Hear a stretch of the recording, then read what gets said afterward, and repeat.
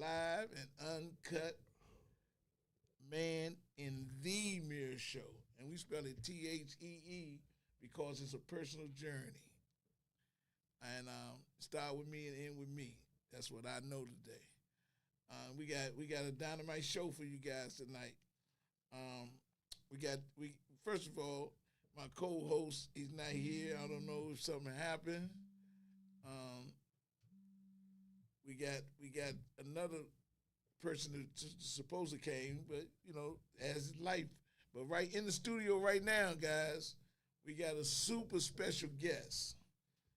This guy schedule probably is loaded, on top of loaded, on top of loaded, but he took time out, right, to come to Man in the Mirror show, and for that, we are eternally grateful, right? So without further ado, I give you the Dynamite's supreme promoter, one of the metropolitan area's giants when it comes to throwing any type of event. A man of sheer principles. Had nothing heard nothing but good things about this guy. Our first time really meeting. But we're going to chop it up tonight here on Man and D-Mirror Show. So without further ado, like I said, I give you the incomparable Mr. Dwayne Nutt. Thank you for having me. Man, it finally got you here, man. Hey, look, man, we're going to chop this thing up tonight, man, because the viewers, here we address elephants in the room here on Man in the Mirror Show, right? Mm-hmm. So we're going to get to talking about, man, the journey. Mm-hmm. And the topic of the show, I forgot even about that. The topic of the show is all about the journey. It's talking about what motivates you. Mm-hmm. And when you heard that topic, what did you think of? What motivates you? So for me, my motivation has always been to be able to want to be one of the best. To have folks look at my body of work and they say, out of their mouths, I consider him to be one of the best to ever do it. That motivates me. Right. Being a provider for my family. I got a daughter, started her sophomore year of Temple. Smart as, I don't know what, 3.95 right. GPA at Temple, who's killing it up there. So for me, what motivates me is my family, my fiance, Tay. Okay. Again, my daughter, and my stepson, Gerard. So that's my motivation, my family. So big on that. It's more than just one particular thing. Yeah, you got to. And then also being a better man for my community. Shout out to my brothers from Ionic, 17. Got to mention my Ionic brothers out there at Lodge 17, Barry Davis. Also one of my cable toes with me that you're familiar with. Yeah. And one of our things we say is we want to be better men. And that's my goal, is to be a better man, to make contributions within my community, to give back to my community and make a difference. Okay. And those are inspirational things, man. It's span about the journey, man. Let's just start, because we got a little time here now. Mm-hmm. Let's start about, go back to childhood. Where you grew up at? Glass Manor. We're on Glass Manor. So no, Glass Manor, up that hill. Yeah, I was there. Marcy Avenue, building 912, apartment 202. Come on. I was around Glass Manor before they built the rec center. Come on, man. My father actually paved that parking lot up there at the rec center.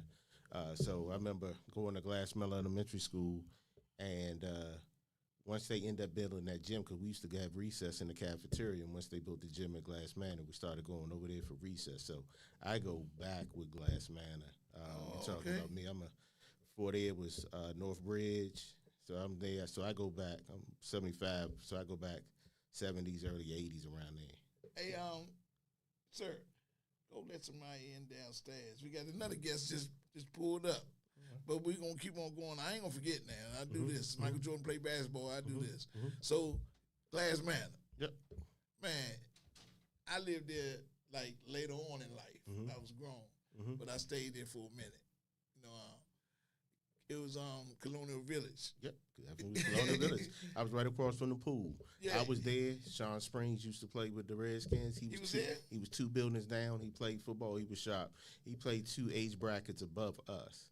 Him, If anybody remembers the Garrison brothers, Lawrence was my age. He's the one that ended up playing ball at University of Maryland Eastern Shore, but his younger brother ended up going to University of Maryland and played on that team. Yeah, so we definitely go back. And we get some nuggets right here, y'all. I don't know what y'all. Yeah. I ain't gonna let them get away. I'm just trying to, juggle more than one thing at a time right here. But hey, I'm always gonna bring you back because we want to get the whole fullness of it. So, man, you talking about, man? What? I don't want you to tell your age, but I'll be 49 on Sunday. That's another thing. The old Virgo brother. Virgos, man. Yeah, man. We family. It is. We real family now. It is. And I was telling him earlier that I got two nieces. Shout out to Glo and Michaela. Their birthday on the same day as his. These my babies. It is. And mine's 2 days later. It is. A couple of my good buddies, Big Johnny from Alexandria, his birthday day after. My cousin from Eastgate, Hollywood, his birthday the 10th. Oh, I forgot. My man Philando birthday is the 5th after Johnny's. It is. So we got a lot of, and these are all good folks. I don't mean just because they family or whatever. Just straight up good folks. Okay. So let me text this dude the address. He at the wrong place. He say out front. Oh, we had the Verizon building right there. Could be there. I always tell them to come around back. And you found it with no, and let me, this is a good segue into that. About doing things in life, you found the joint with no problem. No problem. And I actually gave him a little misdirection, because I said come off the elevator, go left. But he still found it. It was right. Man, and that's a lot of things, man, that we don't look at. It's like just being aware. You know what I'm saying? He was aware enough to find it. Got to. Got to know your surroundings. The Mrs. says it all the time. You in the club, your eyes don't stay still.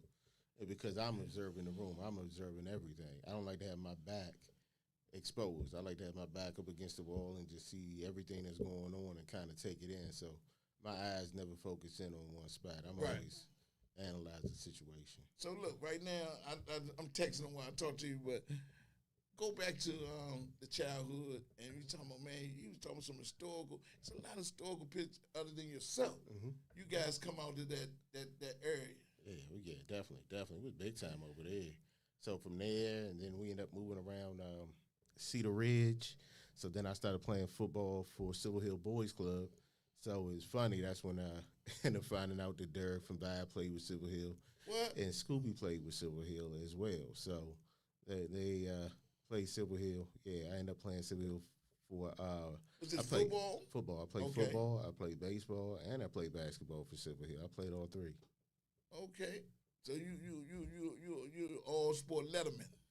Yeah, I played everything. I definitely played everything.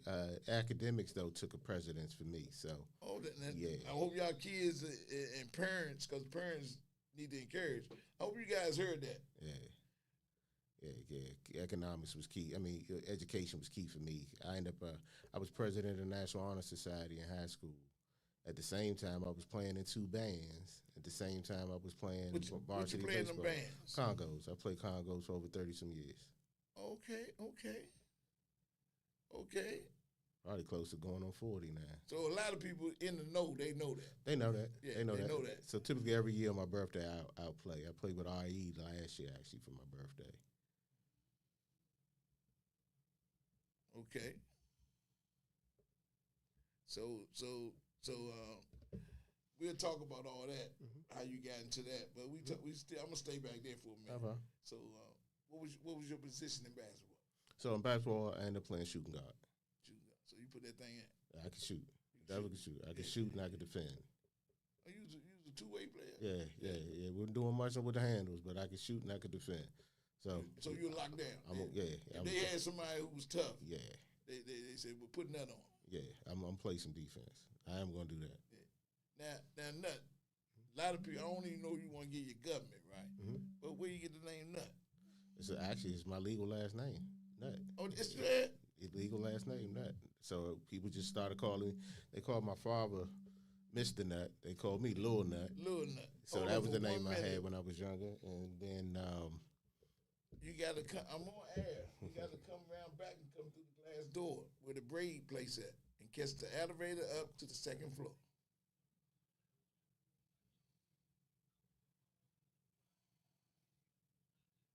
Oh man, oh, I thought you was outside. But listen, but it's not time yet.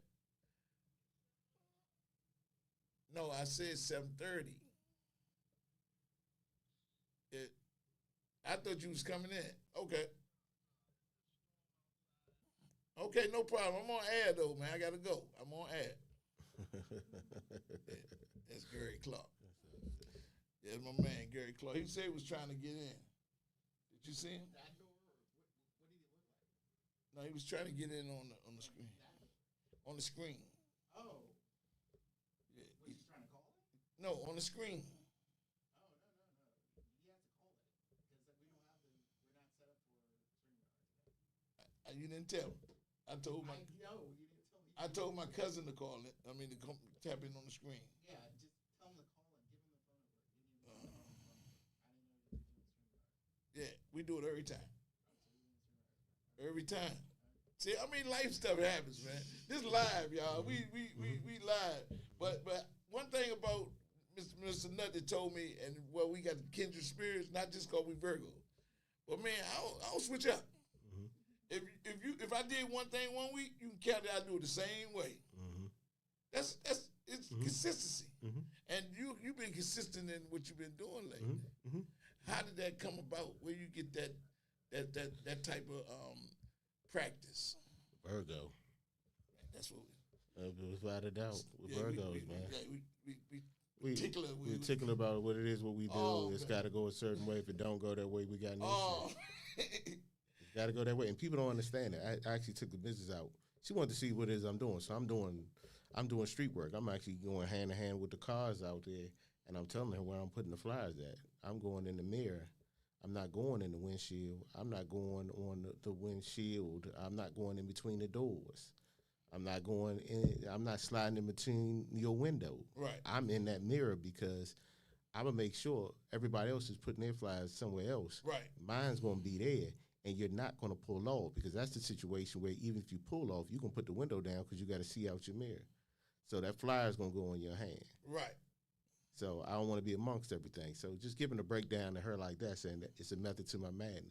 It's a So- method. Hey, man, I say it all the time. Yeah, It's a method to my madness. yeah. It's always been that way. And you know, man, and one thing about us though, we even though we are sticklers to detail, Mm-hmm. you can agree with this. We understand that everybody ain't.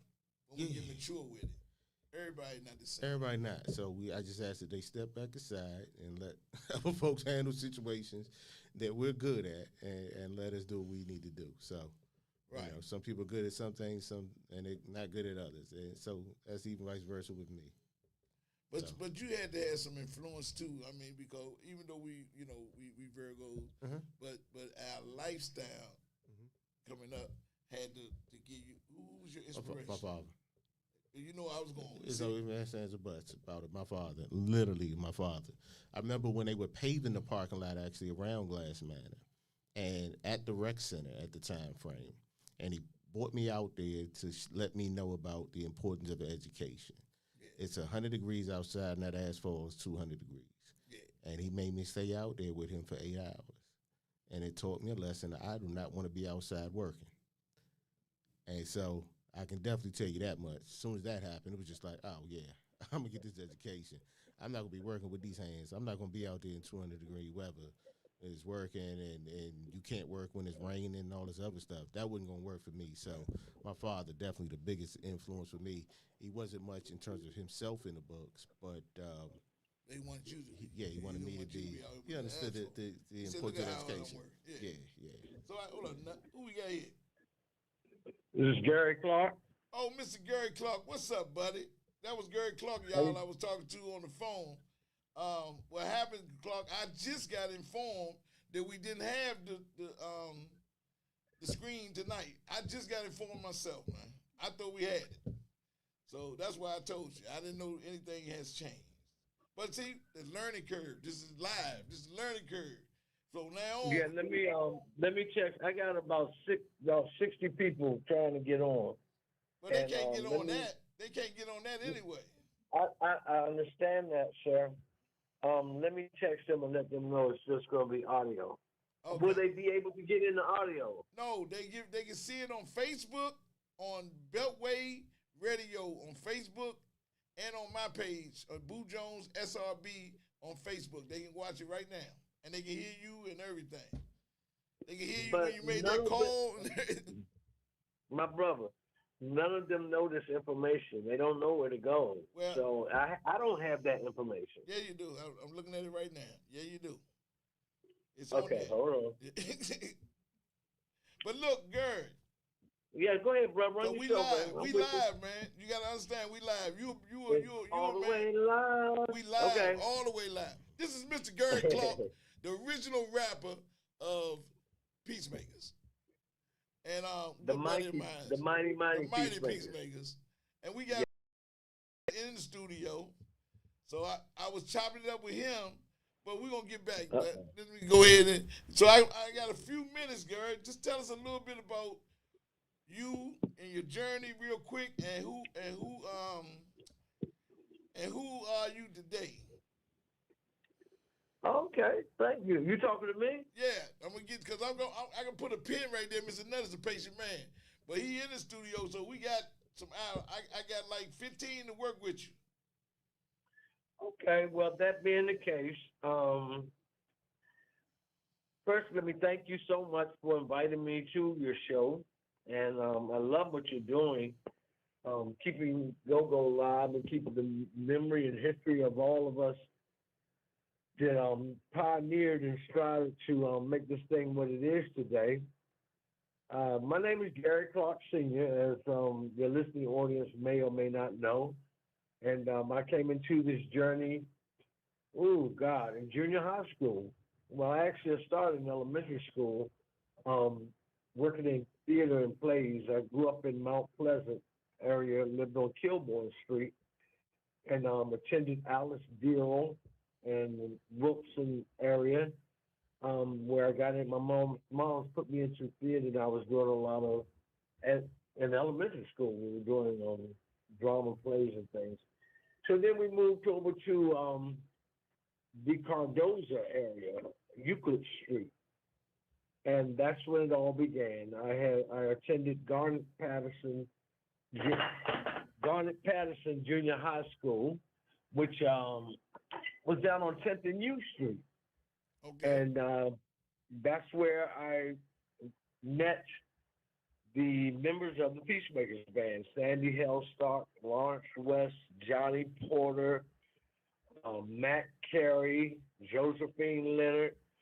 I'm trying to think. All of us attended Garnet Patterson, and we had a music teacher there. Her name was Miss Hammond. And those guys that I just mentioned, they ended up performing in a play, The Wiz. We did a version of The Wiz, and I sang in a group with some other guys. All of us in the school were somewhat musical or had theater, some type of theater orientation with us. And they formed a band. The band was formed. All of us lived in the Detroit Park area. Detroit Park is down on First and Rhode Island Avenue, Northwest. Sure a lot of your listening audience are familiar with my that. man Wink come out of the Detroit Park. Good man. Right. And a lot of guys, as I will tell Heartbeat with Backyard.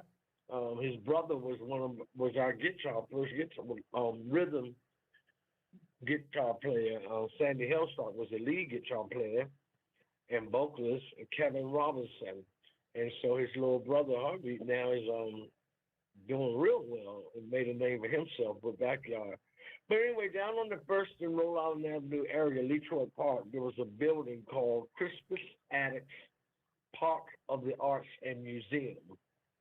I kind of moved forward a little bit because before then we were all doing talent shows and talent search at Cardoza. We graduated, left Garnet Patterson, and we all went up to Cardozo High School and started performing at the school and So this how, around the let me say city. this. This how Peacemaker formed, right?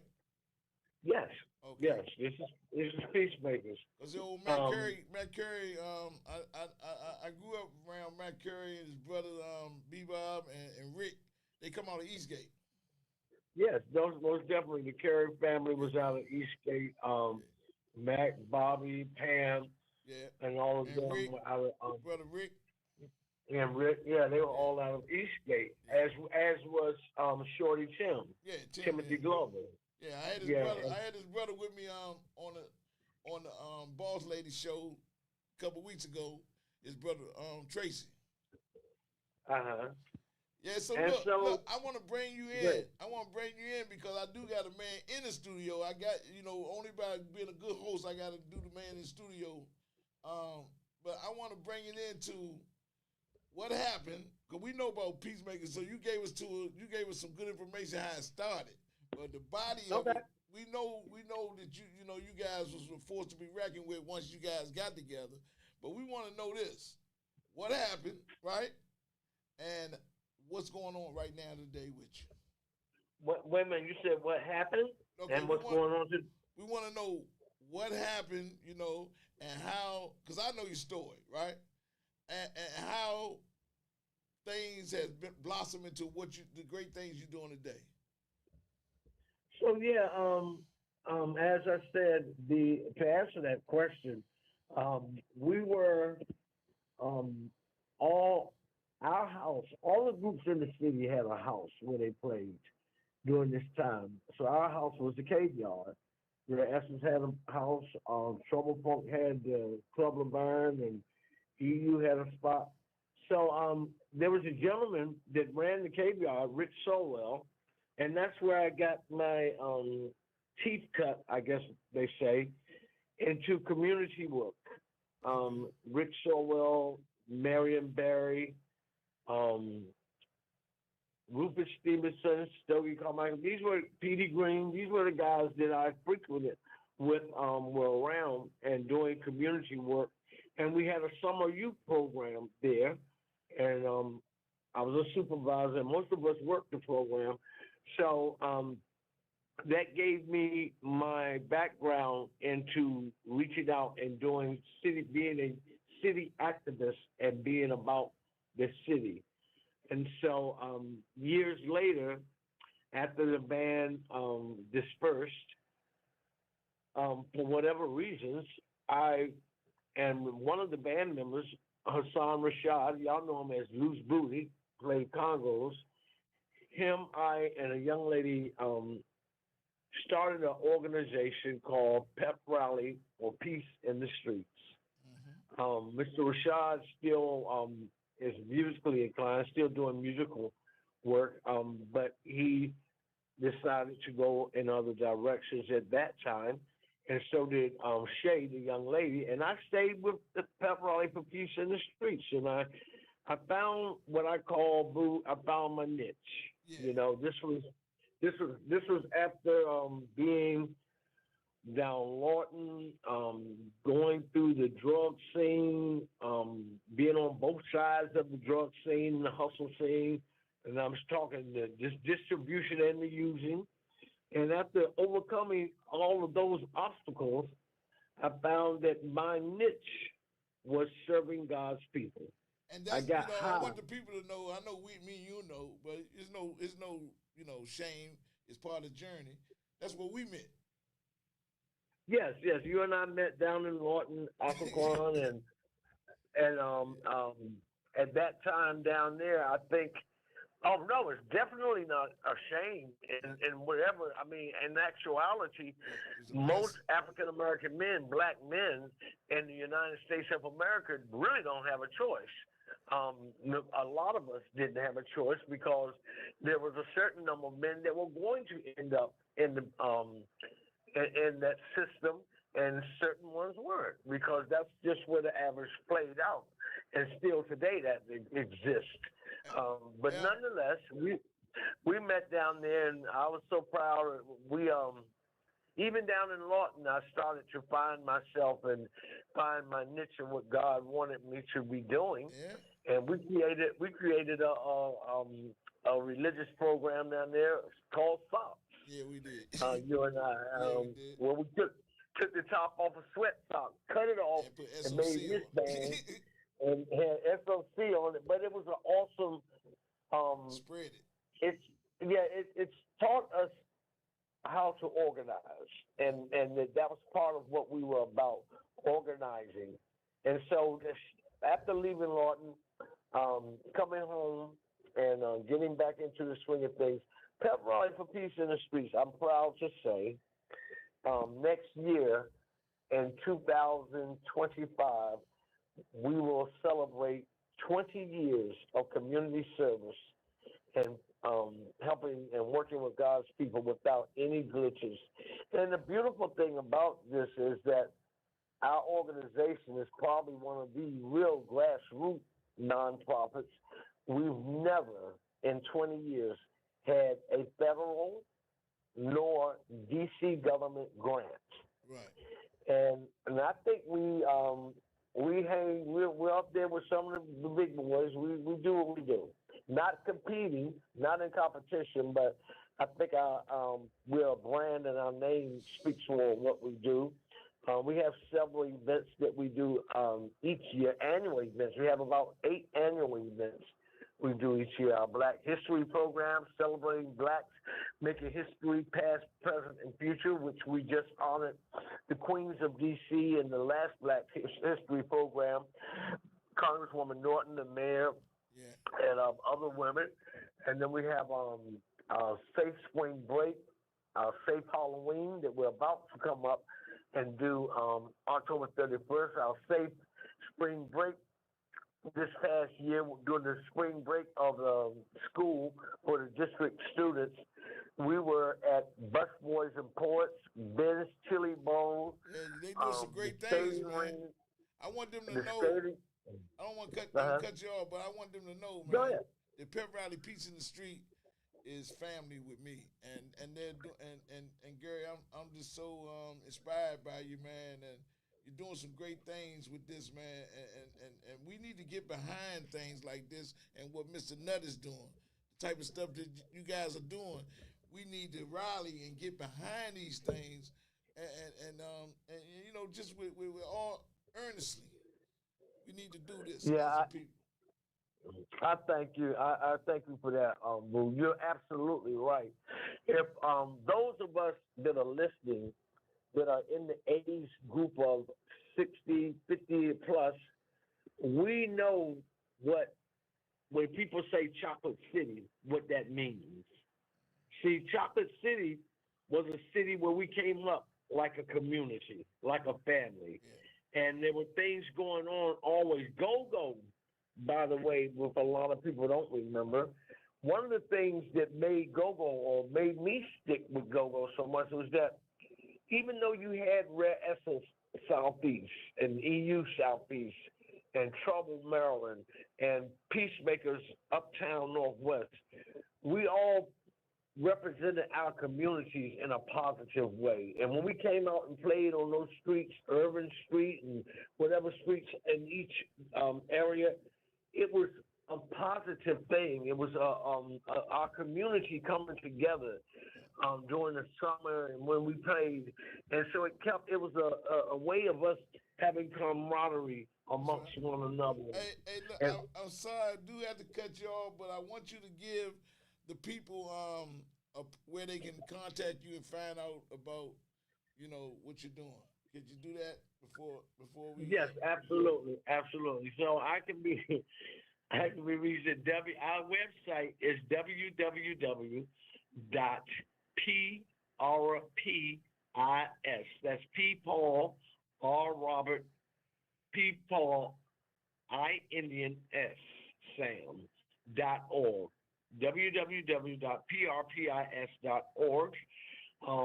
We can be reached by phone number 202-704-8620, and we have our on Facebook, Twitter, and all the social media engines that are out there. we can be contacted. We have events, as I stated, happening year round. We have an event coming up and October 31st, our third year over at the Apple Tree and Douglas Knoll complex, a safe Halloween where we come out and try to help our people in the community, our young people, not to have to go knock on doors for candy. We bring a stage entertainment, and they get a big bag of candy and fruits and things like that when they leave the event. You ain't Clowns, gotta hustle. magic You ain't show. gotta knock on doors or nothing. You get a big bag. No, Hey, so no. I gotta go with this because I do have a gentleman in the studio that he was in the middle of telling some things, and I gotta put a pin in it. But Gary, I thank you for calling in. I wish you could have came in, but I understand. You know, man, I love you, man, and continue on the great work. And y'all, if you didn't get that information, this thing is recorded. You can run it back and hear it again. So thank you, Gary, man. Love you, man. And I'll be talking to you soon. You know that. All right. Thank you, brother. Love you, too. Keep up the good work, bro. Love you, man. My man. Mr. Gary Clark, y'all.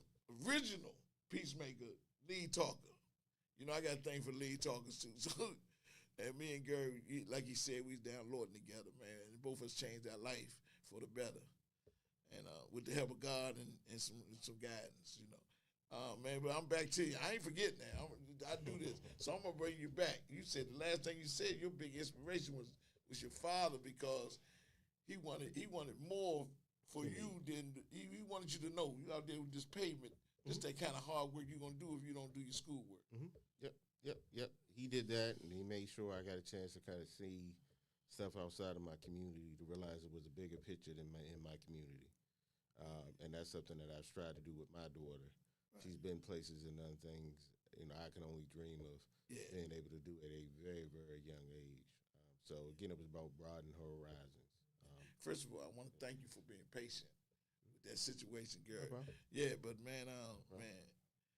So you saying, man, this of that glass manor, then y'all moved again. Yep. But in the midst of it, a lot of guys that you still cool with now, y'all frequent together as kids.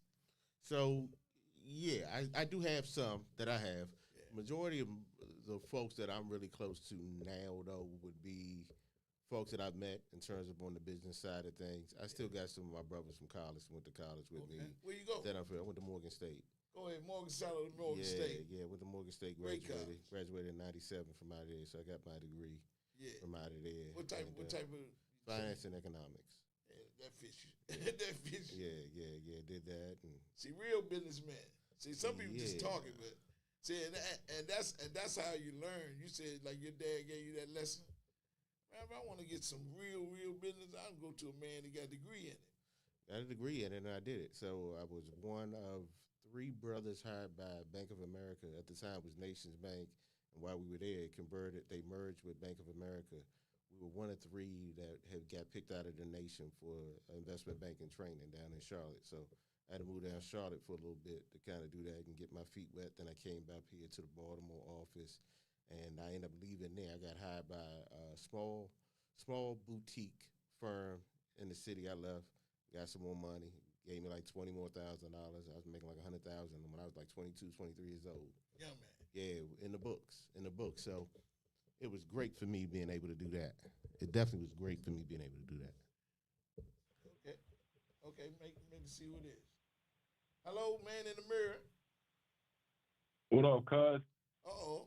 You know who this is? Yeah, you know who this is? is? Hey, listen, y'all. I had a treat for you that I didn't tell you.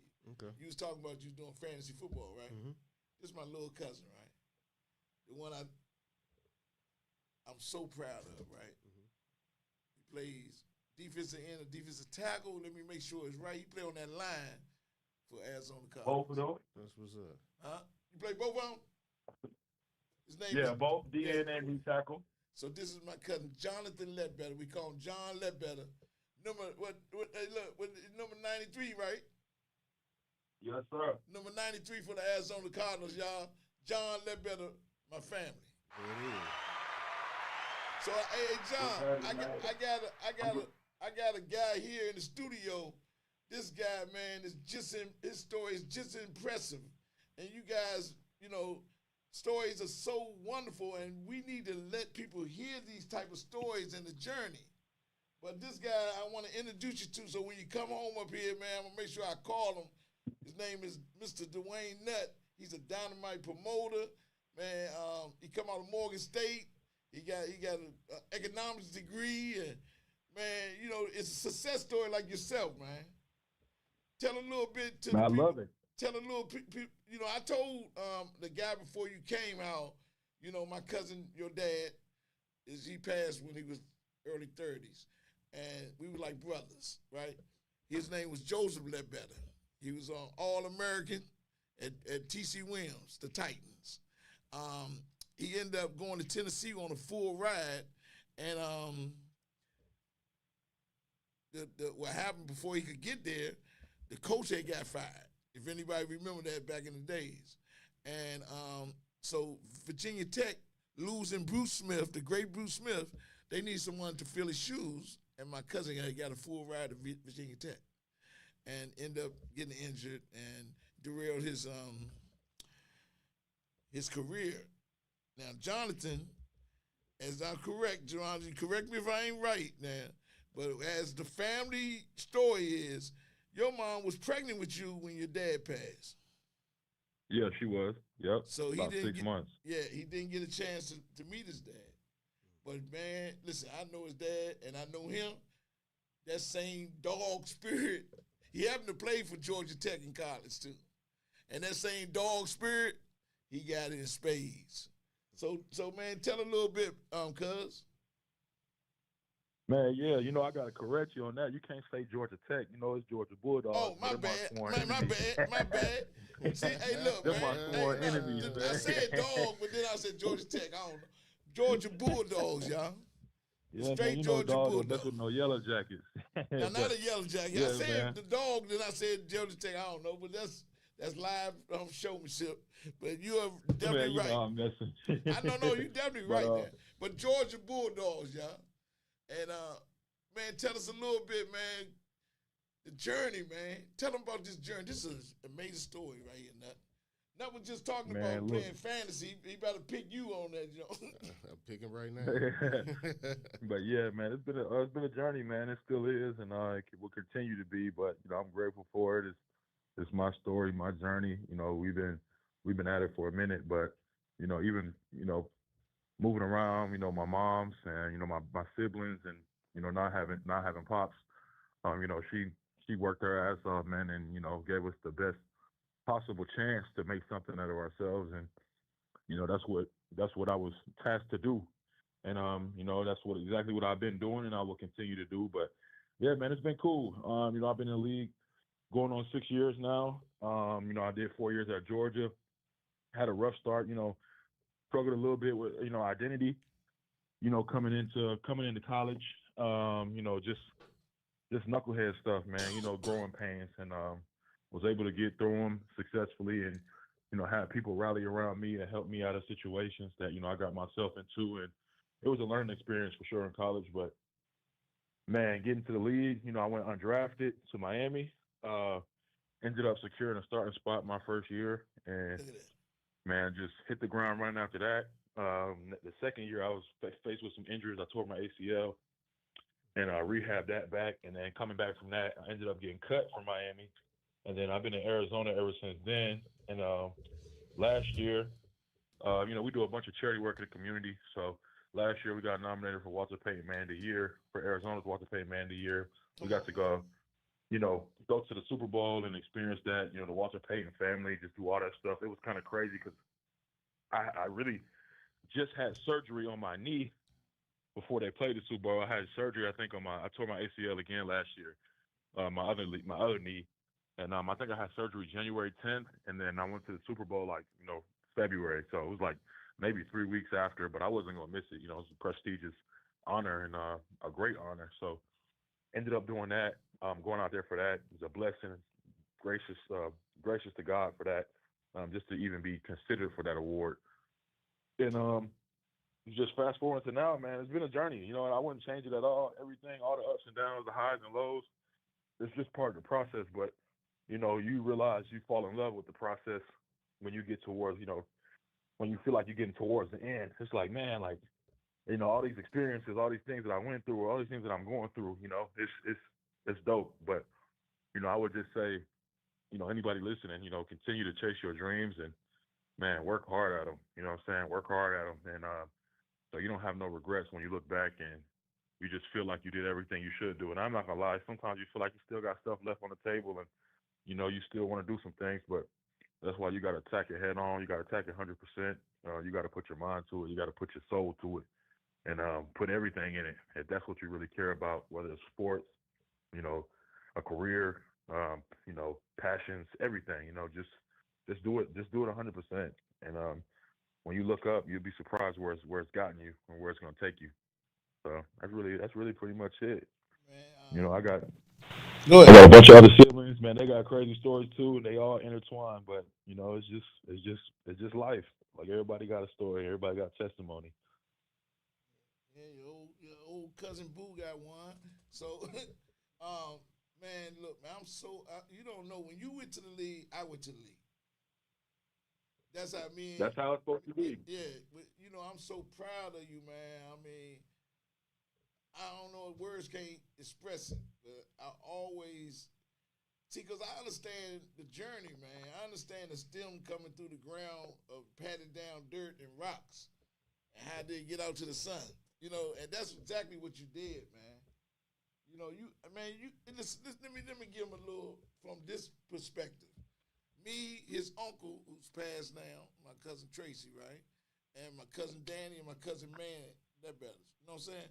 All of us went down to when he was picked to be in the Senior Bowl. So all of us went down there, right? Man, we so proud, man. You know what I'm saying? We go down there, and you know, I do research like you. You know, we're Virgos over here, so we do research. Mhm. So I find out that you was supposed to go somewhere around the fourth, fifth, or something like that Yep. round, right? Yeah. And so you know, draft day, I'm waiting. He went all the way undrafted. So I'm looking. So you know, a friend of mine told me, nah, they still can pick him up. So Miami picked you up, right? And he did you hear Yeah, what he they said? did. Yep. See, At a starting position. yeah, come on. But see, this Virgo over here, he don't miss nothing. Mm-hmm. Did y'all hear? Did he say he worked his way to a starting position? And then after being, you know, released from Miami, he went on the practice squad. Am I right, cuz? Yep. Yeah. So I played my first game in the NFL. The Dolphins. I started, and it was actually my mom's birthday, so it was crazy. It was her birthday. She, you know, Virgo over here too, me and her. September Cuz, September 8th. You know, I'm the 12th. mine is nut, and his is the first. Mine is Tuesday the third, man. You know, we got them in the family, but huh?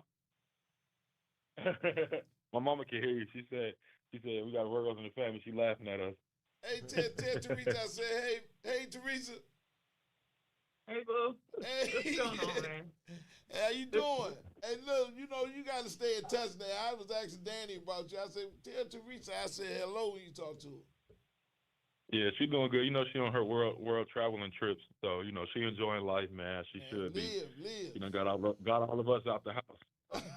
So that's a testament. That's a testament right there. And so she cuz enjoying it. She's give supposed your to. mom my number. And I know you know my wife named Teresa too, right? Teresa. Yeah, yeah. Hey, so I love you guys, man. Man, and it's been hey, look, I'm telling you, it's been a journey over here, man. Watching you blossom, man, as a man. It's been a journey. I appreciate it, and we still got a ways to go, man. But I appreciate it seriously, and man, I'm gonna try to get out to VA soon. You know, whenever I can, and spend some time with the family out that way, man. So I miss you guys all the time. I got extra room. Okay, yeah, I'm in there. I'm in there. So, y'all, once again, this is a proud big cousin is my cousin John Ledbetter, man, and then I'm so proud of this NFL. What Walter Payton Man of the Year award reception received. Is that what Yes, it is? sir. Man, come Yeah, on. recipient. Yep. So Recipient, yeah, that's the not word I'm looking for, yeah. nominee. Nominee. Even to be nominated is big. That Yeah, there's shows only that 32 of us. that your character. See, I'm gonna let You know that's top. I'm gonna let these man. Come on, man. I'm gonna look. Joe was younger than me. He was bigger than me, but he was younger than me, right? But sometimes he was my big cousin, not in size. Sometimes he was my big cousin. If y'all understand that. We do. So man, I love y'all guys, man. You don't even understand, man. I love you guys, and man, I thank you for calling in, man. I got Dwayne here. We chopping it up, man. I've been trying to get this guy just to get the number for him. Been a struggle, but like you said, we persistent. Us Ledbetters. See, that's my father's name, Ledbetter. So us Ledbetters, man, we dogs, man. If we lock in on something. Come on now. We lock in on We something. gonna lock in. We gonna get it. Come We on, gonna find get it. it. We gonna get it. That's I know right. that's right. Hey man. Oh, that's right. And Well, I love you, cuz. And anytime you need me on, man, you just let me know, and I'm gonna hop on I'm for gonna you. get you back on, man. Come on now. I'm gonna Yes, get sir. you back on. Just Yes, like sir. I'm getting that on Nut Family now. He don't even know it. He locked in. So Yeah, man, yeah. That's how we gotta be. yeah. So look, man, it's wonderful, man. I want y'all to know, man, that Cuz is he's just an inspiration, man. And y'all hear the maturity in his voice, man. Cuz, how old are you, Cuz? 20 what? 26, 27 on the 12th. It's a baby with all that maturity. And I can honestly say he's living what he's saying. So man, We're doing our best. Hey, look, best is good when it's behind some love and God. It's a good thing. I know that. I know that's right. I know that's right. Yeah. So man, I love you, man, and man, thank you again for coming and sharing your strength with us, man, and to give some people some hope. And of course, man, I love you, cousin. And just call me whenever, text me whenever. You know I'm here. All right, and tell Teresa while she's traveling, pick the phone up and call your old cousin sometime. I'll tell her. She be on that boat. She be on that boat, man. There ain't no signal on that boat. You gonna have to get on one with her. Oh, ain't no problem. Ain't no problem. Well, all right, cuz. Y'all be I'm easy, taking man. this God whole bless week you guys. off, cuz it's Virgo week. I'm taking this whole week off for the birthday weekend from Man, work. go ahead. And I'm gonna be calling you, man. Thank you again. All right. I love you. I'm here. My man. Listen, y'all, that's my cousin, my little cousin, man, but he big. Playing that defensive line. I know you done Googled him, Virgo. I didn't have to. I'm very familiar with him. Very familiar with his team. They Okay. have another undrafted player got signed to 53-player squad over there from Colorado. Who's playing at 8 o'clock. Yeah, Xavier Weaver. Okay. He may end up making the team at wide receiver for the team. So He over there too. yeah, he went to Colorado. He was undrafted and he got selected to be on the 53-man Working roster. hard. Yeah, he worked hard. Had the talent in Colorado. So So glad to see him be able to do it. that type of thing right there really, really gets you on it, man. Oh yeah. I respect that when you see that folks have earned it. You respect it more. Yeah. This show is a classic. Most shows, man, you don't see stuff happening in real time and phone calls coming in. The video didn't get on the screen, and the other host didn't call or come in. This is a classic, man, because overcoming adversity, is what motivates me. We talking about what motivates you, not overcoming adversity, man. See, I want to be, just for me, I want to be able, when I stand in front of my maker, I want to hear that thing called "Well Done." I want to hear that. Well done, my faithful and just servant. Because that's what we are. We servants, man. And as a servant, you're going to go through obstacles. You're going to go through barriers. You're gonna go through adversity. You're gonna get cussed out when you're treating people right. You're not gonna be, you're not gonna be, treated the same way you treat them. That's all part of the journey of being a servant. Cause that's what I heard you talking about, man. You was talking about having character, and that's what I see. And I didn't even know little cuz was a Virgo. I don't think we had that conversation. And his mama, cousin Teresa. I didn't even know. Yeah, it was Virgos. Y'all might not understand. It's Virgo season. It's Virgo season right now. Huh?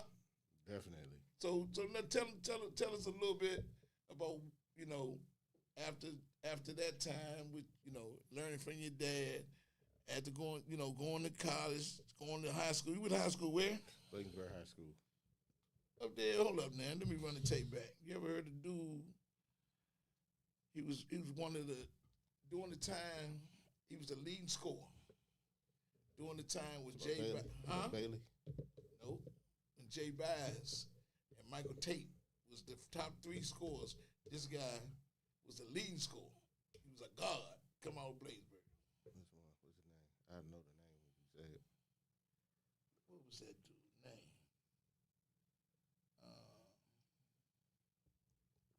I can't. I gotta, man. I'm gonna have to get back with y'all on that. Somebody out there might know it. They can put it on the screen. They remember the guy.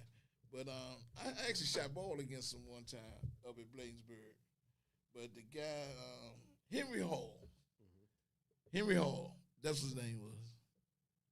Out of Bladensburg.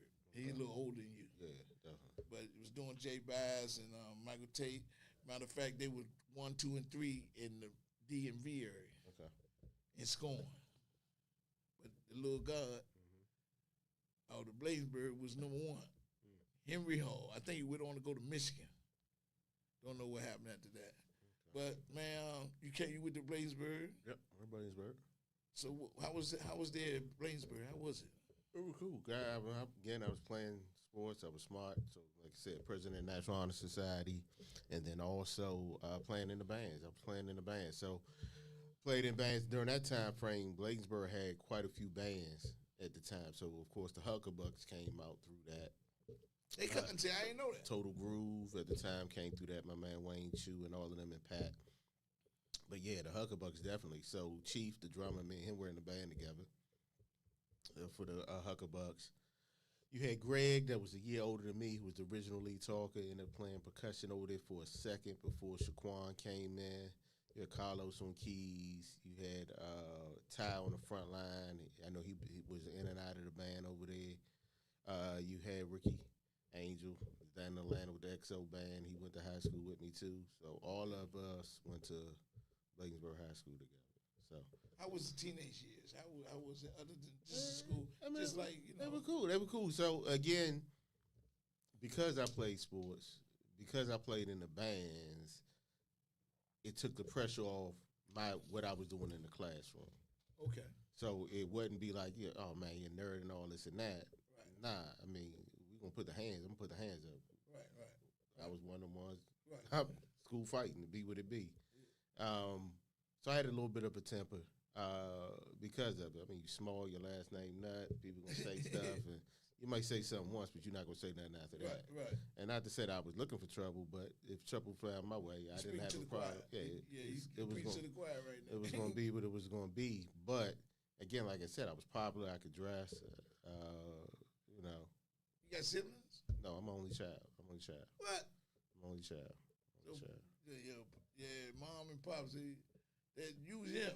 Yeah, definitely. My dad raised me for the most part of my life. My mom was there very early on, and she came back again later.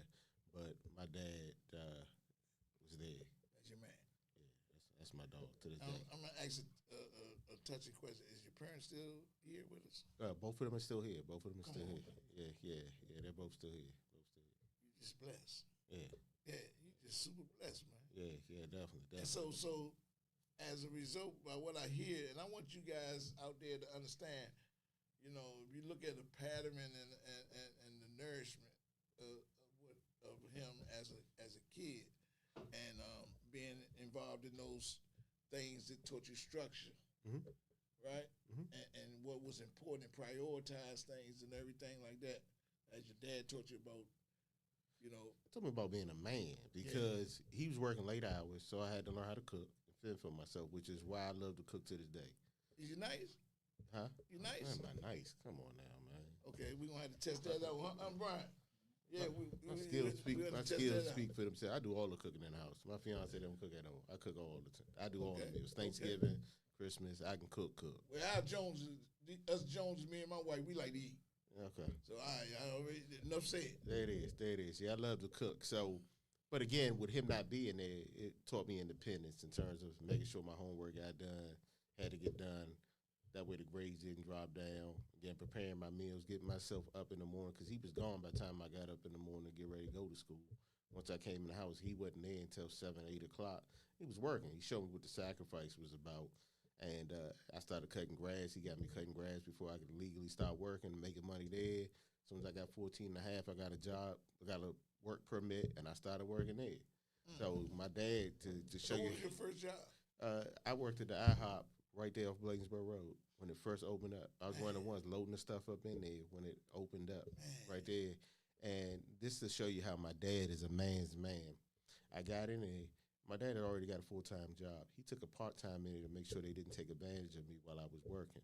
He didn't need the income, but he wanted to make sure they didn't take advantage of me because he could see when he's going in there, seeing guys laying back while I'm in there busting my ass working.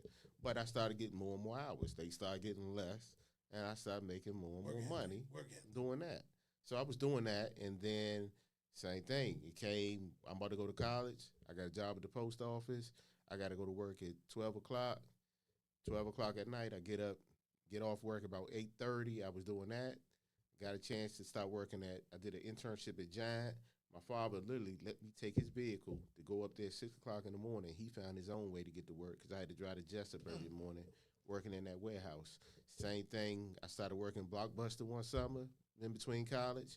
I'm doing that. My father would literally, while I'm in there working, park the car there and walk to the house, which was probably about a mile away, and leave that vehicle. So that way when I walked out there at 12:30, when we shut everything down, 1 o'clock in the morning, You wouldn't be walking I won't be walking in. That's the kind of man that my father was. So seeing that is enough that I won't do for my daughter. Temple's $57,000 a year.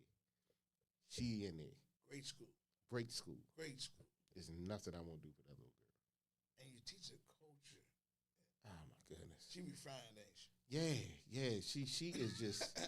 She is just totally different. She speaks Chinese and Japanese. Go ahead, man. Y'all hear that? She's actually going to do her last year in Japan. So she's brilliant. She is brilliant. She's everything. Again, you always say you want better for your child, and she is that better. See, when you talk about that, and you know that me and you, we are thinkers, right? And when people, we understand a lot of things that people don't understand. Mm-hmm. When you say that, what I hear might not be what people hear, right? Mm-hmm. But us, Virgo, what I hear is that what you poured into her spirit as her being a human being, just a fine human being, is more important. She is through the roof. Her level of maturity is ridiculous. And again, we Virgos, we do everything calculated. So when I bought my house here in Greenbelt, because at the time, Greenbelt Middle School, and it still is, was the top rated middle school in the county. I knew education-wise. Still is. And then I knew when she finished up there, she was going to Roosevelt. Again, academics at Roosevelt is unquestioned in terms of in PG County, actually within the state.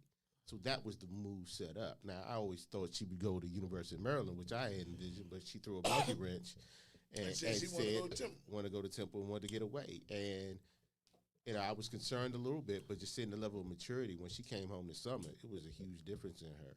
And I was like, that's a little woman right there now. Like, she's got it. And so, just talking to her about the semester that I managed my projects, I knew when I had papers. She turned the paper in so early that the professor gave her a 0 on it. And she's like, "Will you give me a 0 for it?" He said, "There's no way you could have had that paper written. You could have did that paper that soon, that quickly. It's got to be AI generated." So a lot of the kids now, their papers, they're using AI to write their full papers. My daughter's like, "No, I wrote that paper. These these are my resources here. This is where I got the information from here, and this and that. He had to accept her. He gave her an A. And so it was just like, Dad, I knew what I had to do because she's a theater and film major. She's like, I had production. I knew that I was going to be working on these plays for 2 weeks. And we went up to Philly to see some of the plays. They were doing 3 shows on the weekends. On Saturdays and Sundays, 2 shows on Fridays, and then she was doing 1 show a day throughout the week on the rest of the days. So Monday be 1 show, Tuesday she was doing that nonstop. So she's already started production on her first play. She's going to be assistant stage manager now. So she is assistant stage manager. So she did sound tech last year. Right. She's doing stage management this time. So she's getting familiar with everything. She's got acting classes. I mean, she's really into it. She's going to do some great things. I can definitely tell you that. She's doing some great things. She's going to do some great But things. this is the journey. Yeah, it's the journey. It's the journey. And I'm going to use definitely all of my resources to make sure I've got stuff lined up for her. Oh, I can tell you that now. Hey, man, you're doing a great job. Hey, y'all hear all this inspiration. I said this before. I said this is a classic. Because we got a guy here, man. And see, I don't know if you've been on other shows or whatever. I'm not knocking them. But on Man in the Mirror, we genuine. Mm-hmm. We're going to pull out genuine stuff. You know, Go-Go may be a very small part of the man. Mm-hmm. You know, but we're going to talk about the man. Mm-hmm. And that's what we've been talking about. And, man, I'm impressed myself. Thank you. Let's talk about, okay, you talked about you being a father and how your father was a great inspiration. Mm-hmm. What you know, we were talking about what motivates you, what inspires you, other than your family, because we know that. What kind of things did, doing inspire you? Just seeing the success of my peers, it motivates me to want to do more, to want to be and push myself harder. I mentioned one of my cable toes, Bobby Hines. When we went through our Masonic process, seeing him go in there and recite and have those lines of memorization better than everybody, I knew when I came in class that next week I was going to be up on my stuff. So I put that work in. Okay. That motivated me to do better. Went to the MGM, and I've sold out the MGM doing parties there. I was a part of the Rare Essence reunion, the Black and White party. Myself, Cliff, Mo, and Carlos did, sold out. Couldn't get anybody else in there. Went in there, got a chance to see what Mark did for the D. Floyd situation. That motivated me to see that young brother be able to put on that kind of glass. So kudos to Mark. Actually texted me today. He's going to be out of town, so won't be able to make my birthday celebration. But his pops will be there. Black from Tricky Ink will be there. Shout out to Tricky Ink. We're actually renting the tents from them for our festival this weekend. But seeing the success that he did, I immediately texted his father, and I said, you got to be proud. It's got to be a proud moment for you to see. I seen some clips of it, man. Mark that was did. awesome. Man, but I seen what you did with the Rare Essence thing, too, because my brother went. My younger brother, he went there. He don't go out. He don't really go out. I'll tell you, he don't go nowhere. He went to your Rare Essence thing at the MGM. He said, man, he had a ball. Oh, yeah, that was history in the making. That was history in the making. Being back in that dressing room and just seeing all those years from beginning to end connect, going into those rehearsals and getting videos, seeing D. Floyd literally say, I got 15, 16 songs we not even going to play that we could play that are hits, that I wrote that are hits. Had a videographer in there, a young guy, and, he's videotaping the stuff. He was like, I didn't know he wrote that. He wrote that. He wrote that. Yeah. I said, Floyd wrote all that material. Yeah. All that man. material. All that material. Shout out to Donnell Floyd, man. And I'm going to give you my Donnell Floyd story. People say they don't know who you are and all that stuff. But see, when people are genuine, it don't matter if they know who you are. Mm-hmm. A lot of people might not know who my cousin is. Mm-hmm. If they're not into the know when they come in at real, it don't matter. Mm-hmm. I was going to a show out at the hotel in Crystal City. So I was coming out the food, where I ate at, and I was coming to the hotel, and as I was coming out, Donnell was coming like this. It's the first time we ever met. And I said, what's up, man? We act like we knew each other for 1,000 years, man. Ever since then, we cool. He didn't act no different. Now, I know other people be like, man, when they don't know who you are. Mm-hmm.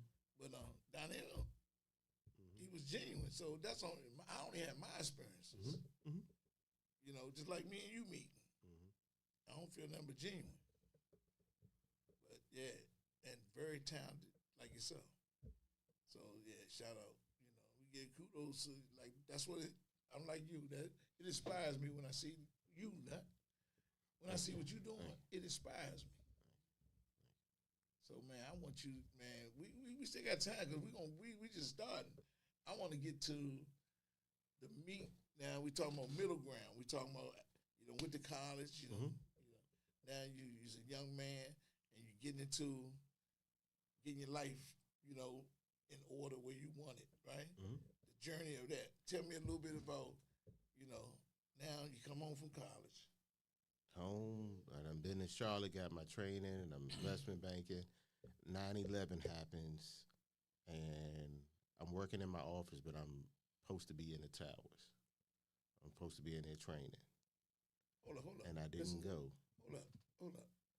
So you said when it hit, I'm supposed to be in you're those supposed to be in towers. the tower. Supposed to be in those towers for a training class, investment banking class. Yeah, I'm supposed to be in those towers. I didn't go. Y'all hear that? I moved my class to the next month. I moved my class from September 11th until October. See, my main, and see, I'm trying to hold it, right? Mm-hmm. Because my main inspiration is God. Mm-hmm. For everything that's being done, I'm trying to please Him. So, you saying divine intervention Mm-hmm. that day, I wasn't in those towers. I wasn't in those towers. and you usually go. Yeah, I would have been up there. I was going up to New York at least once a month. I would have been in those towers. I was going up there for a class. Out of all the time. All the times, literally. I'm traveling around the country. I would have been in those towers then. One of my good friends, his investment bank firm, I actually lost quite a few folks. They were a minority firm. He was here. His whole office went in shambles. It messed the financial sector up, of course. And so I'll never forget, we came back from Nashville from doing a deal, and we partied late. I got a headache and had the BC powder. It's the first time getting on BC powder to help with the hangover. And one of my coworkers comes to my office and says, "Hey, I'm not going to need this." And I'm like, "What you not going to need this for?" He was just like, "They made a decision to let me go." I'm like, "Man, that's so sad."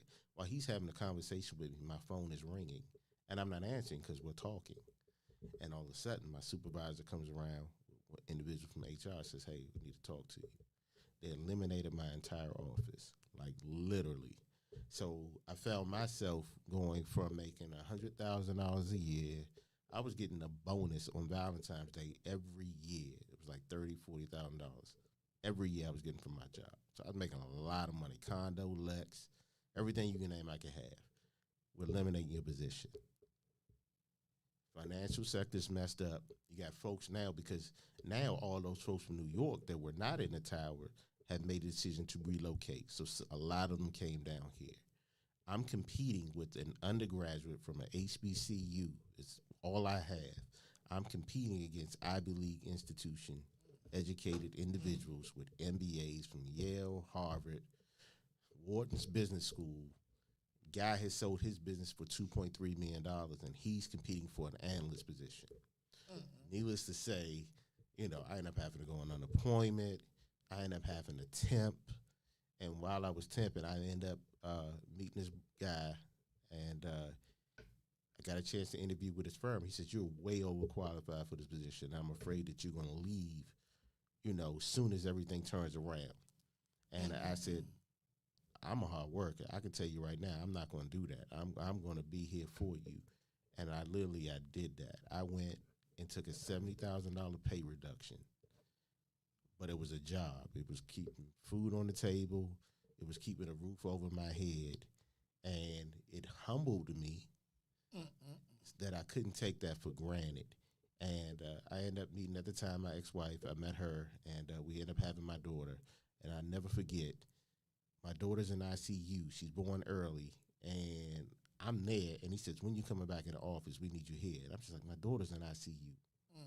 I knew I wasn't going to be there much longer than that once that ended up happening. So I ended up switching over I went from contractor to a government worker, found myself competing.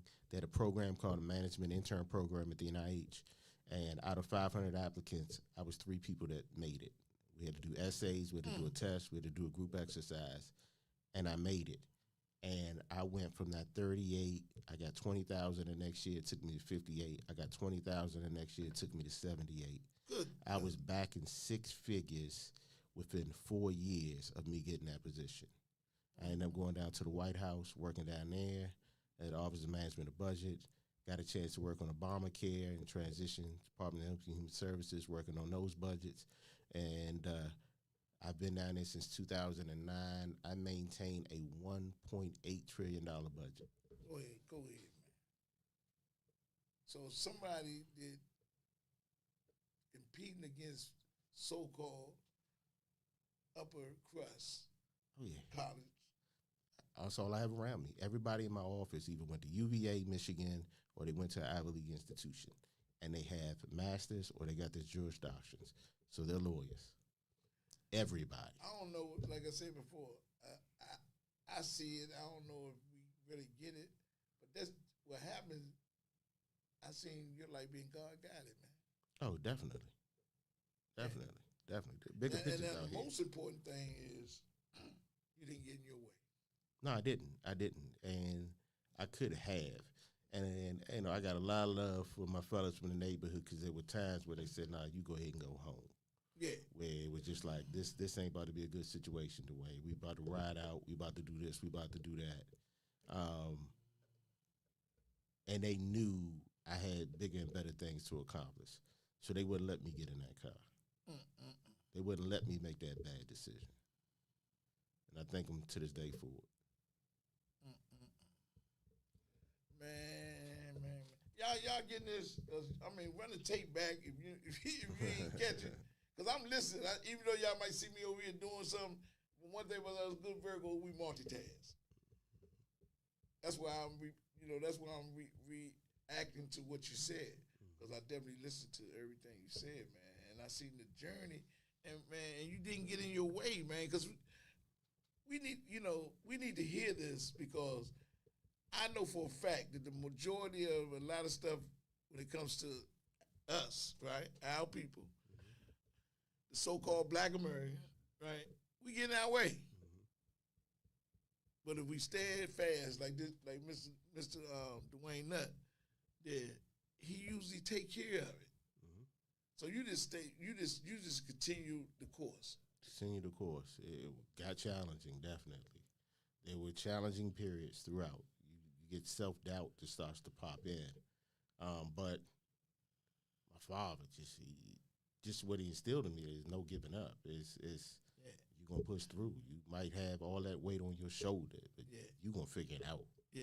And I'm that way to this day. I'm going to figure it out. See, the humbling thing that I hear in your story is that you didn't take the shortcut. You didn't say, well, oh, man, I need to flip a package or I need to. I dibble-dabble a little bit when I was younger. I dibble-dabble a little bit. So we put that out there. But that was when I was younger. That was before I got to college. That's high school time frame. You talking about late 80s, early 90s. Didn't go to penitentiary. So that's another God-guided yeah, definitely. Because I situation in the remember. middle. See, this is the thing, though. I'm not under no illusion that we make errors. Yeah. We make errors. But what I'm talking about, when you matured, you start to see the consistency. You talk about that consistency before. I think we talked about that before that we got on the air. That consistency once the plane started, after we learned how to navigate. Because all the other stuff was just part of the journey that you were learning how to navigate. So yeah, you might sold a little package here and there, but somehow you was blessed not to get the stuff that me and Gary Clark was talking about, the Lawtons and all that. But even with that, still God got it. Adversity, you know. Definitely. But it's taught me how to maneuver, especially if you talk about in terms of what we do on the go-go side of the business. A lot of my peers come from a street background. Oh yeah. Especially on the promotional side. So they treat it like the streets. And because I'm from there, though I necessarily didn't have to dabble over there, I'm very aware of it. So I know how to interact with them. Oh yeah. And I done got down, we done and got down in the kitchen a couple times, and then got kind of bad. But it was what it was to show like I'm college educated, but at the same token, you just ain't gonna come at You me ain't no taking kind of it. way. Yeah. Yeah, we it's gonna be handled. Yeah. Probably you're gonna respect me at the end of the day, and I'm big on respect. I'm not gonna disrespect I'm super you. big on it. I'm not gonna disrespect you. Do not disrespect me. Once you take it to the point of disrespect, then it's gonna be what it's gonna be. And we shake hands afterward, and that's what me and the individual did. We shook hands afterward, just like I had a lot of respect for it. He's like, I didn't expect to see that out of you, and I'm just like, I don't have to. I never claimed to be Yeah, you the was tough tricked guy up. You and was this and tricked that. up. But at the same token, my father told me you got to earn respect, and I'm willing to do whatever I need to do in terms of earning that respect. And then you get wiser, Yeah, and then you see that if they're not willing to do it, I stay away from. yeah, You yeah. know, Oh, and definitely, You get definitely. wiser, yeah. I dissociate But myself. I'm very, gonna go very back. quickly. You know, like I said, Michael Jordan played basketball. I do this, Mhm. so I'm gonna go back and where you left off at, where you talked about, man, getting that position, man, after coming from losing all that status and all, Mhm. and I'm telling you, it's hard when you get used to something, Mhm. and then now you gotta humble yourself and take a step back. Not so much take a step back, but you gotta regroup, Mhm. right? Mhm. Yep. So how was okay after coming back to doing better Mhm. in the financial Mhm. arena, Mhm. because that's what that is. That's Mhm. just, Mhm. what happened after that, and how you get to this point. We're gonna drive it all the way to getting to this point. So craziest thing. So once I got to the NIH, which is when I first converted over from my contractor to my government position. Before I converted over, I got a chance to meet with one of the executive officers from one of the institutes, which is the Center for Scientific Research, CSR. He told me, he said, Dwayne, find something that has a mission and a purpose. You made the money when you were young. That money is easy come, easy go. That's right. And the work won't have the same level of meaning to you. It'll have more when it's a purpose behind it. So when I got into my management intern program, I got a chance to do some details throughout. I got a chance to do a detail and see the children's in hospital and to see those kids that are fighting life or death situations getting special care that they typically would not been able to get. They're getting it there, seeing their families stay at the hotel. So they've got an inn on the NIH campus that the parents get to stay at. They have classrooms that the kids go in because they can't be in school, that they have their work. That gave a greater purpose in terms of what I was doing. So I got a chance to latch onto the mission then. So then it was just like, oh man, this does have more meaning to me now because now I can see the work that I'm doing now. Nobody sees the work that I'm doing. I was doing a lot of telecommunication deals. So at the time when Sprint was really expanding and buying out all these smaller telecommunication companies, because at the time you had rural companies. So what Sprint did to get big and grow to the size that it did, it kept acquiring smaller companies, smaller infrastructures to gain the size of what it did. I was doing and underwriting a lot of those deals. So they were syndicated loans. So there'd be multiple banks in these deals. These were $250, $300 million deals I was doing, and we had a piece on that. So I got a chance. I was doing big deals and making a lot of money doing it, but there's no purpose in that. It's like there's no fulfillment not spiritual. coming from that and doing that. I can't look back and say, oh, yeah, those towers up there, yep, I'm part of the reason of that, and Sprint being not just local, now being a national, being merging with T-Mobile to the point. I was there through all of that process, the beginning pieces, but that just doesn't give me the same level of knowing that the work that I did helped some families. It helped these kids live longer lives. Seeing what I did with the Affordable Care Act to say, yeah, President Obama was one of the ones that made sure we got recognized for the work that we did on that, and we kept getting recognized for that work we did on that. Seeing what we did with COVID during that process. I got a chance to see all of that, the good and the bad. So I've worked for Bush Jr., I've worked for Obama, I've worked for Trump, and now I've worked for Biden, and I'm already starting to do work on the transition for whoever's going to be the next president in terms of getting them up to speed. I'm still going to end up being there in terms of being able to see that. So it's giving me a purpose to be able to, tell my daughter, like, hey, your dad's not so bad after all. This is what he does during the daytime frame. It has a purpose to It has a purpose to it. And he went to a HBCU, So, went to and got that education, man. competing Come on, against those peers, and he knows his stuff. Yeah. See, let me. I'm glad you said that because at my job and what I do is my calling. And what I heard you saying, when we talked earlier, you told me what motivates you, right? But then when we get deeper in it, finds out there's some deeper other stuff that motivates you that don't have nothing to do with you. Mm-hmm. You understand what I'm saying? Don't Mhm. have anything to do with you at all. Mm-hmm. But it has everything to do with you caring Mhm. and caring about people. You know what I'm saying? Definitely, and it So- hasn't stopped. Yeah. So now you're in your calling. Yeah, We talked about the journey, right? yeah. But within the journey, it was building you up to your calling. So like when they don't know the Dwayne Nutt that's doing the shows and Mhm. those selling out arenas and all that, the joy that the Dwayne Nutt gets, and I can say it for him, is to see y'all having a good time. That's my fun. Huh? That's my fun. Come on, That's man. my fun. Talk about that. That's my fun. I said to the missus all the time, she's like, you got your birthday. It's a big deal. And I'm like, babe, I'm going to be working nonstop. Like, I don't get a chance to really enjoy my birthday. Like, oh, man, you partying, you this and that. I don't get that opportunity to do that because I'm making sure that everything happens the way it needs to happen. So security, they were there. The band's on off on stage. They got paid. We got the permits. Our health department here. Like all the stuff I'm going to be dealing with on Sunday is going to be ridiculous from 7 a.m. until 8 a.m. and then after 8 a.m. 8 p.m. because and that then when we got to clean up out of there, I got Yeah. a company coming, and then I got to shower and get my butt out there to throw social for another party I'm doing that Come on, night. man.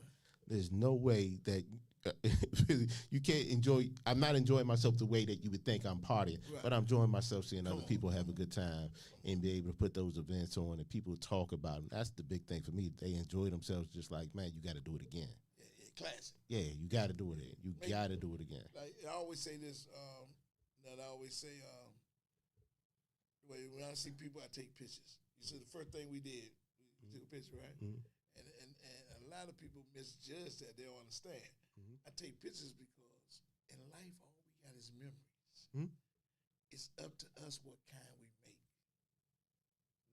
99.9% when you meet somebody that you ain't seen in a long time, what y'all talking about? Man, remember, Mm-hmm. huh? Mhm.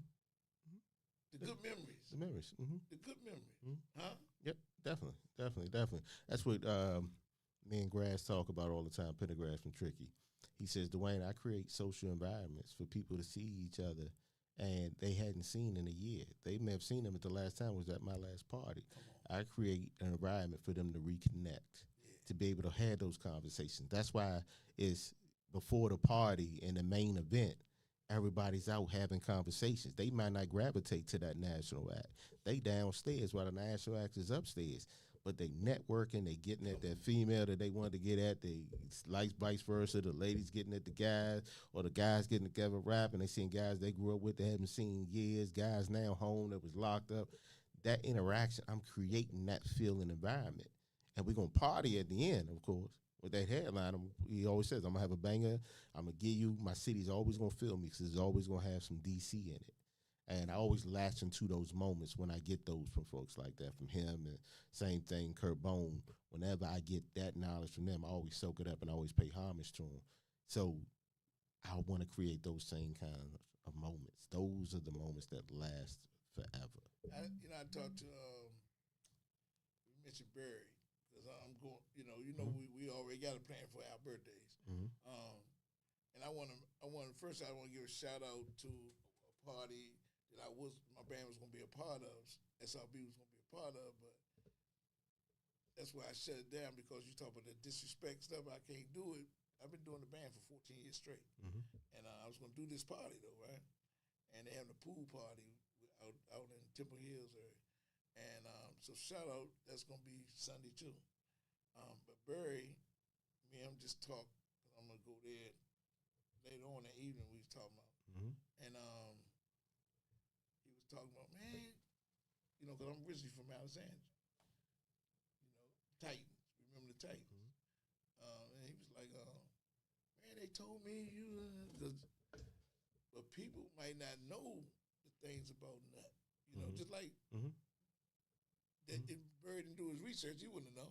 Mhm. And he said, "Man, they told me you hell of a guy coming up and all that."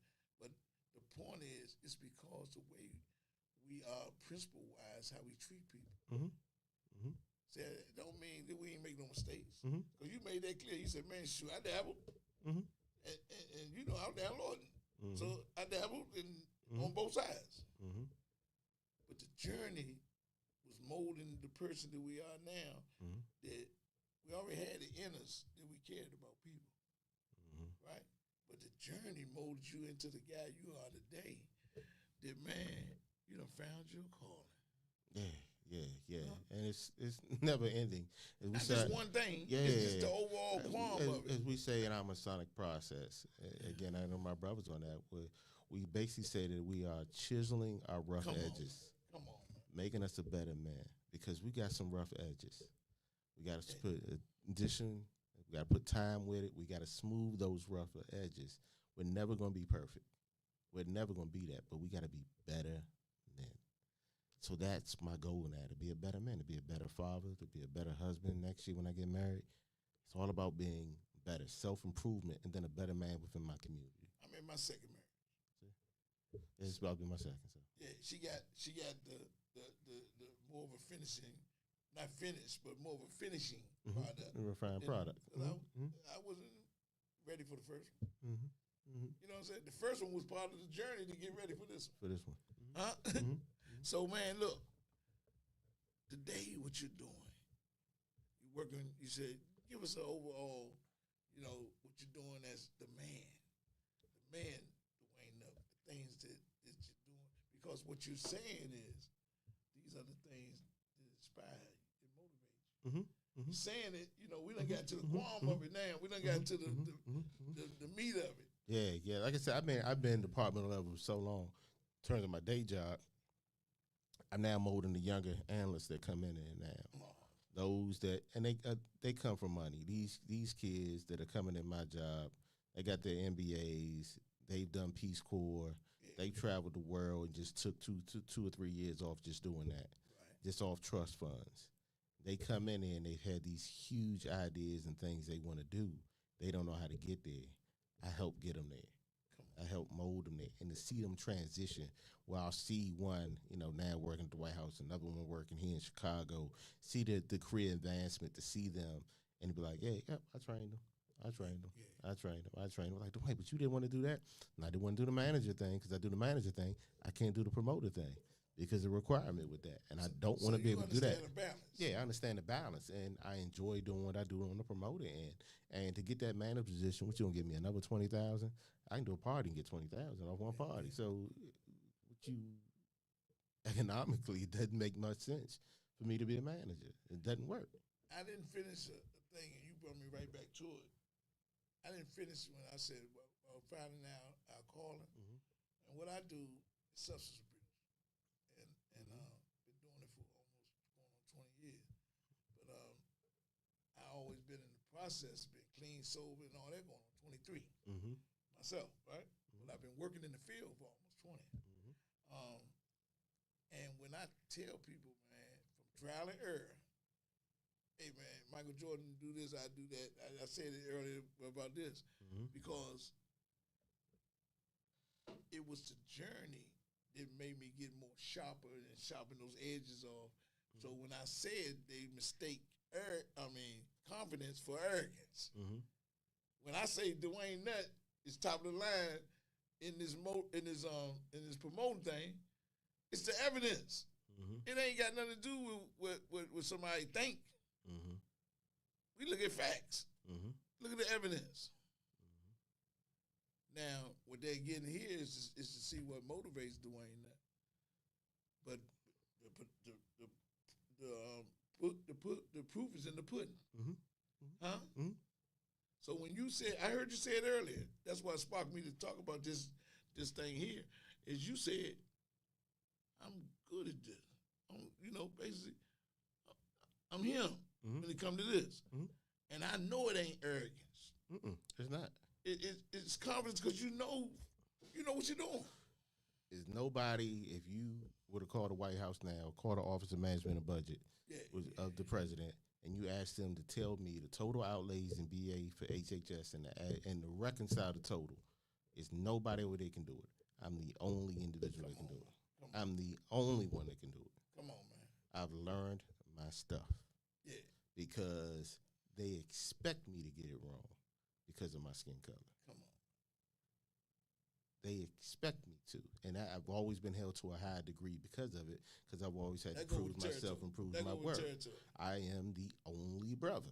Yeah. It's been that way. I can show you a picture right now of me at the White House. I'm the only brother in the picture. It's I'm the only brother in the It's picture. like my god sister when she was little. She did, I don't know what she was doing, but she was at the fire department. Mm-hmm. One of them old pictures. Mm-hmm. And she older than me. She had an old picture, her in the dress, and she the only black person in the fire department. The rest of the kids white. That's how it is. That's how it Yeah, is. that's how it is now. That's just how it is. It's been that way. So you know you super better. So now you're talking about I've been out of college since '97, and when I was in investment banking again, me and that one brother out of Texas were the only ones. Then when I got to my office, I was the only brother. It was two sisters, and I was the only brother. Now I triculate, go through the office when I'm preparing the director of the NIH for his hearings with Congress. I'm the only brother in that office of budget then at that time frame.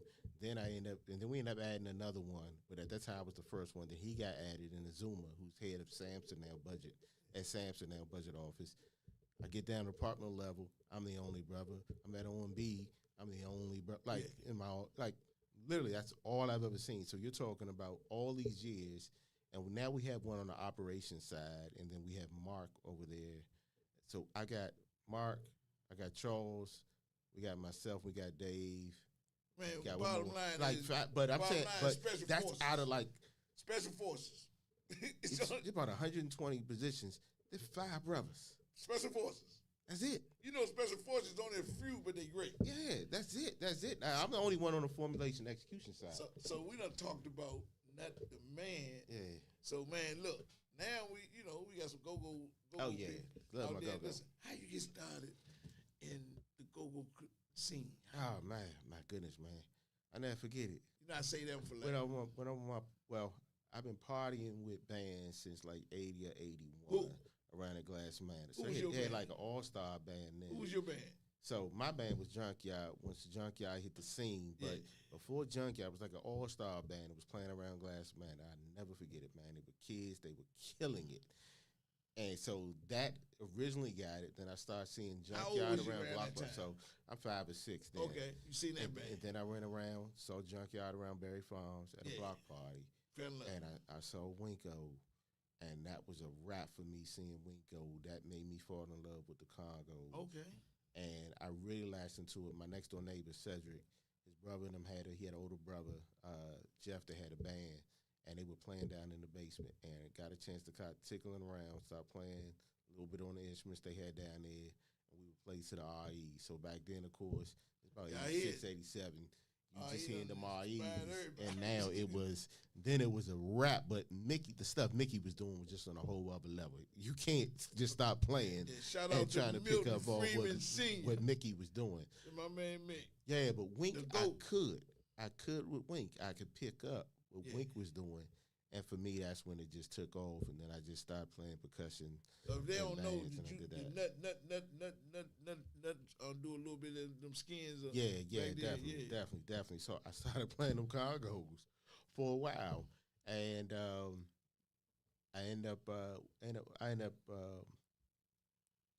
losing a child with my ex-wife, but she was pregnant at the time frame, and I had to step away from that. And when I stepped away from it, I was about to step away from it. I brought in a percussionist to fill my position, and that percussionist is Deuce 9, that you all know, the engineers for Backyard. Can you play too?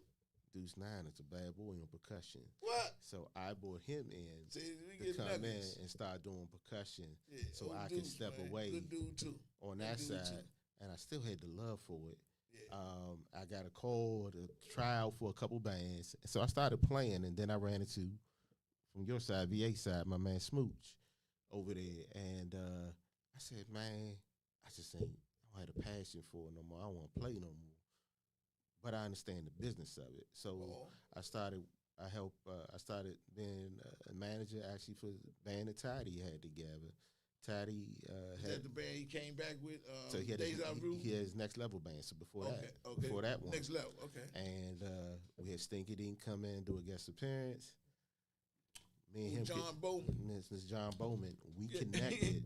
I stopped managing that band, but that's me and Kirky connected in that band.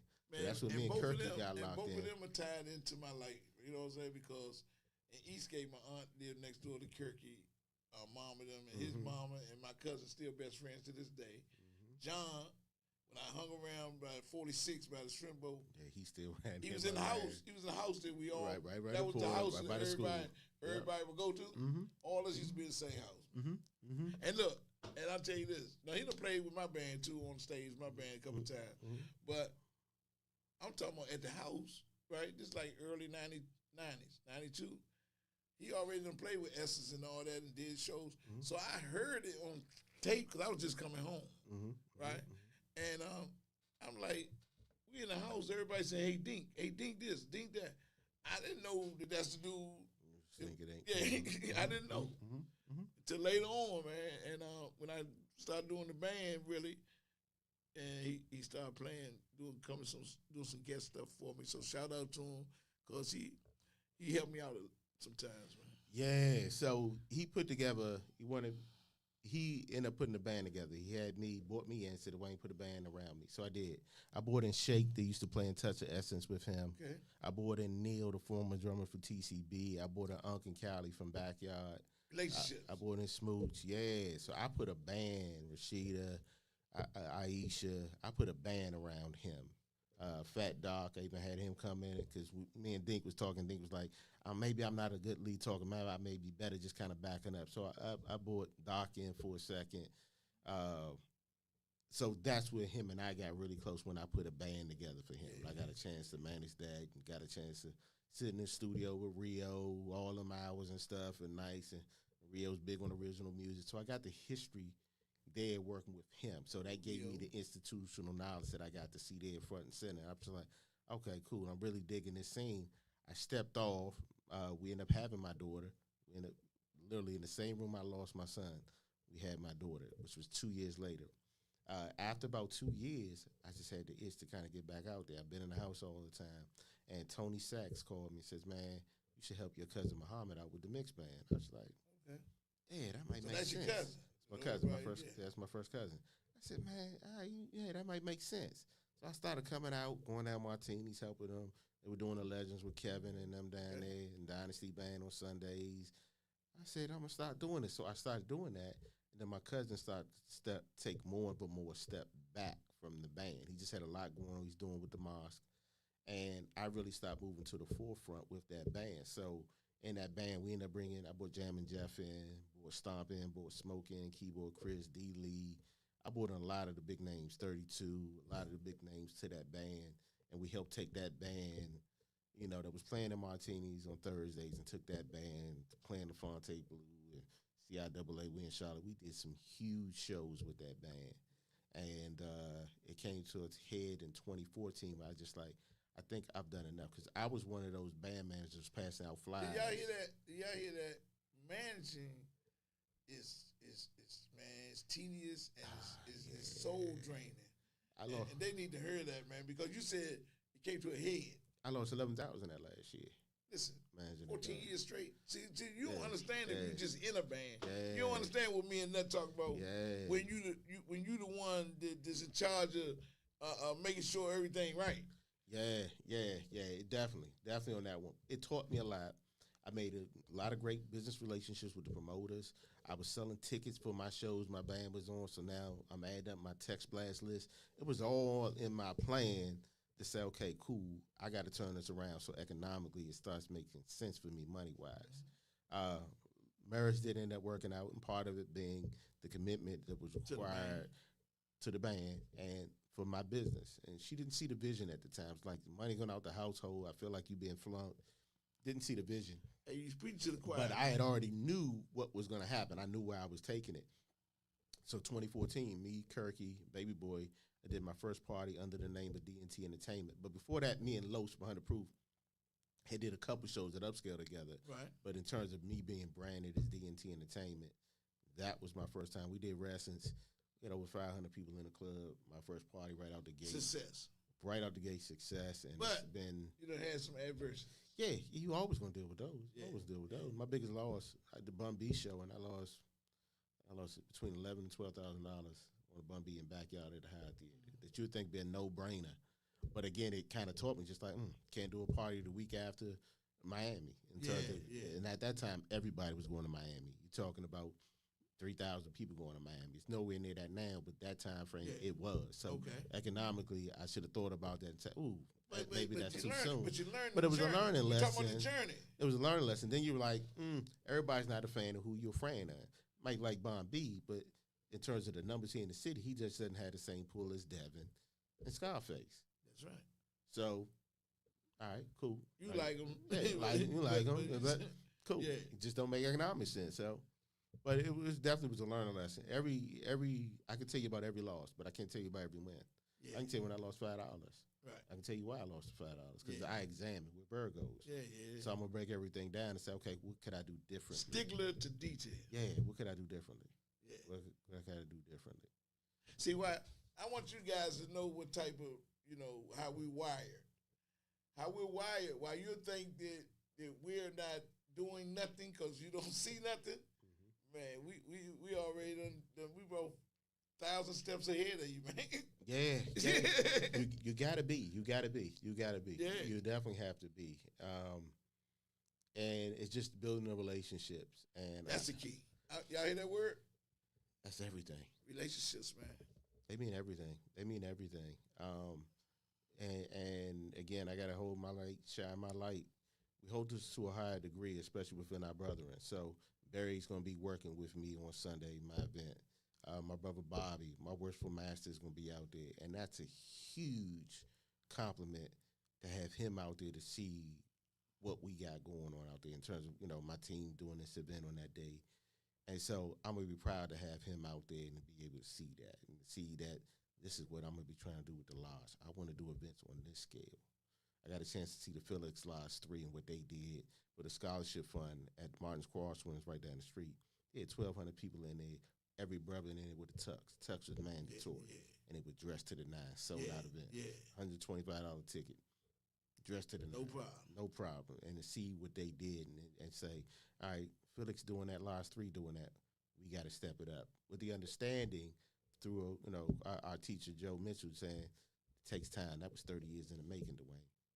I'm like, I got you. Yeah. I'm not going to take no shortcuts, but it ain't going to take us 30. It might take us 5. It might take us 7, but it ain't going to take us 30. Right. We're going to get there. Because now blueprint. The blueprint is there. The blueprint is there. Because I'm used to doing events on that scale. So now you just change it now. Yeah. You change it. You change the structure of it now. And that's all we got to do. We just got to change the structure. And we got some brothers in there. Steve Mathis just did the pink and white. He's through I-17. Of course, Derek from Vibe is through 17. Easy's through 17. Cliff is not through 17, but my Masonic brother was there to see me get raised. Yeah. He's the one doing felt on every other Wednesday. So he just had Secret Society last night. He's got Derek Holmes Project in 2 weeks. And we're going to be doing the big party with Listen, a Listen reunion together. And we're now doing New Orleans together. Come on. So we're right now. I told you family now. So man, you gotta keep me abreast of things. Now I might not make all of them, but I wanna help whatever you're doing. I want to be Thank a you. part of. Thank you. Helping to push it forward, man. Because one thing about us Virgos too, we appreciate you if you do anything for us. Because really, we don't need you to do it for us, but when you do it for us, we appreciate it. So like since I stopped the band a couple times, I get the itch to get on and do. I don't do number 3 minutes. I ain't one of them dudes get up there trying to take over the whole set. I do 3 minutes. I'm in and out, right? And BJ and Butchie them, they've been allowing me to do it a couple times. Do up and coming band, All Out. Because I ain't that far from where they play at sometimes, and they come on up, and show homage, and that means a lot, man. When somebody appreciates you. It shows a lot, and I want to know. I want you to know. I definitely appreciate what you do more as a man. Like I told you, I didn't know what shows you do, all that, but I knew you as the shows that I did know you through. They were spoke about in a high, respectful honor. You know, the dudes I know, the stand-up men, not the light chasers. I'm talking about stand-up men. You know, but good things, man. Yeah, because I always say that so very few can do what we do and do it well. Everybody can do it, but actually do it well and be around long and say, okay, cool, they've been around for more than 10 years. And have that respect on your name. You talking about Tricky Entertainment. You talking about All yourself. the Epic Concepts, It's 100 levels to Proof, everything. my man Black, Black Love Productions. It's love. It's levels. Kirky Ain't was it, man? Married to the Game. Yeah. I remember when he put the name and labeled that Married to the Game. But when I met him, he was doing his own things. Him and his ex-wife, he was over there doing the den with Elevation Band. Like I remember seeing, those moves. And him and I, we were taking 24 hours notice. Big John would call us, like, I got Mary Goes. And me and Kirky, I do a flyer real quick. Because I taught myself Photoshop. So I do 99% of my flyer work. Like Kirky might not know, but he probably done did his research, how our families intertwined and so tight. I'm very proud. Oh, man, that's Because I see what he do, man. He got the hustle, man. Man, I see what he do, man, He a hustler. and he stay humble. Oh, he's the biggest hustler out here, man. He's a hustler to this day. And that's all him around with Los doing what he doing with the trucks and stuff now, and then still doing the parties. My man Black Love, who's promoted a party with me, but him and Danny from Rose is going to be running my bar out there on Sunday. And y'all see how he giving homage to all the people that's in your life, man. Oh, you got to, because you wouldn't be here if it wasn't for them. Nobody does this by themselves. Nobody does it by themselves. Like I said, we appreciate, especially the things you didn't have to do. Nah, I don't. I'm gonna tell Jake. He does That's my dog. The Arlington. He was supposed to be here tonight. Remember I told you? That's my dog. But he unfortunately he couldn't make it. That's my But dog. out Arlington and his brother, me and his brother Jeff works together. He was kind of instrumental in helping me get over there to the job. You know what I'm saying? Because they appreciated my work. You ever been called up to get a job? I was called up to get this job. I didn't apply. They called me and they said, "Man, we know your work. We need you over here for this substance abuse floor." That only happens with consistency and character. So Jake was supposed to be here, man. He does a lot. He does that summer thing over there. That's my dog. Yeah. I'm out there buying barbecue from him all the time. Yeah. He does his truck. Yeah. That's my dog. That's my dog. Yeah. That's my dog. I support him, and I support him where I buy tickets for his hotel parties. See? Because I know what's required in order to put those events on. Yeah. A lot of people, I mean, it's no fans of us. A lot of people let me in free. I let a lot of people in free. It's something we do. If we believe that you're a pertinent promoter that's still doing events to this day, we give you that level of respect. There's some folks that we fly in OGs that, Come to your party. and come to the party and work. Oh, yeah, you definitely got to do it. Like when Kurt did his big birthday party came out, I helped him set his Eventbrite up because he didn't understand how that went. I set that up for him. And I ended up on the tape. He was like, "Dog, I don't feel right charging you full price. So I'm here because of you, dog. You paved that road. It would be no me if it wasn't for you. Come on, man. Come on. So I got to do that. Yeah. I got to do that.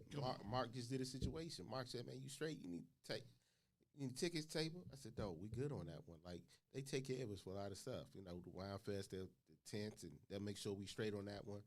Mark, this is your first show, dog. We got a table out there. He didn't even know it. Yeah. My brothers from Strong Mind. And I done met some new guys, man. I was invited last week to Go-Go Michelle. You see me, I don't know if you seen me interview her on the Boot Jones show. That's the Go-Go platform I do, right? But she invited certain people to her house, her home, and me and a couple guys was there, and I met some good guys there, man. And they coming to the joint out there, but also met some guys down at the club at Five Sisters. It ended up being, solid men, right? And me and old Bobby Martin gonna hang out that day on your birthday. Okay. So that'll be who'll be with me. Okay. And man, We'll have a ball down there, man. We'll have a ball down there. People realize the amount of work that it took to make this happen. I want to say there are like 5 different permits we had to get for this.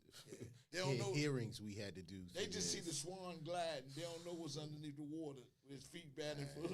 And for a deal like they looking for a reason to find you for not doing something Yeah. that you let fall through the cracks. I got a call this weekend from the brothers that did event out there, and shout out to my daughter girl Loretta, who's gonna be her and her Clipboard Entertainments. We working for us on Sunday.